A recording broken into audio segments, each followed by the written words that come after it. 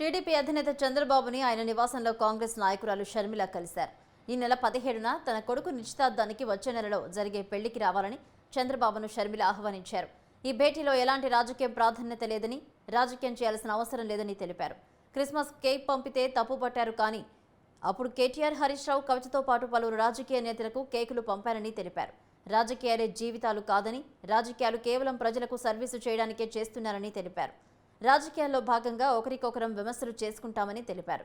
కానీ అందరూ రాజకీయ నాయకులు ప్రజల కోసమే పనిచేస్తారని షర్మిల అన్నారు. చంద్రబాబు ఒక పార్టీకి అధ్యక్షుడు, తాను కాంగ్రెస్ పార్టీ నాయకురాలనని, మాకు ఎలాంటి రాజకీయంగా లావాదేవీలు లేవన్నారు. తమ పెళ్లిళ్లకు చంద్రబాబు వచ్చారు, ఇప్పుడు కూడా తమ కొడుకు పెళ్లికి రావాలని కోరానని షర్మిల అన్నారు.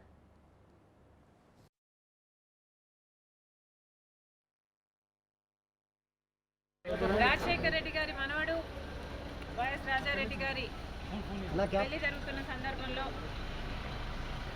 చాలామంది నేను ఇన్వైట్ చేస్తున్నాను రాజకీయ నాయకుల్ని. అందులో భాగంగానే చంద్రబాబు గారిని కూడా పెళ్లికొచ్చి వాళ్ళని ఆశీర్వదించాలని కోరడం జరిగింది.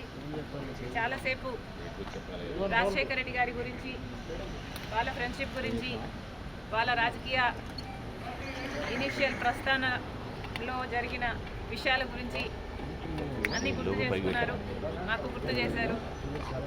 చాలాసేపు మాట్లాడాం, చాలా సంతోషం అనిపించింది. వచ్చి ఆశీర్వదిస్తామని మాటిచ్చారు. యాక్చువల్లీ మోస్ట్లీ రాజశేఖర రెడ్డి గారి గురించే ఆయన ప్రస్తావించారు. ఇనిషియల్గా వాళ్ళు రాజకీయాలు మొదలు పెట్టినప్పుడు వాళ్ళిద్దరూ కలిసి ప్రయాణం చేశారు. పొద్దున్న నుంచి సాయంత్రం వరకు వాళ్ళు కలిసే ఉన్నారు, జీప్లలో కలిసి తిరిగారు.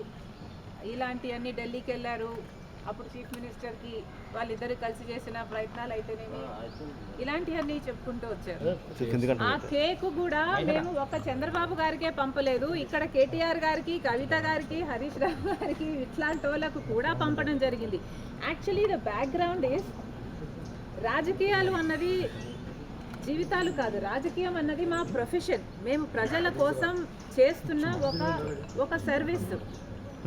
ఆ క్రమంలో మేమందరము ఒకరిని ఒకరు మాటలు అనుకుంటుంటాం. మేము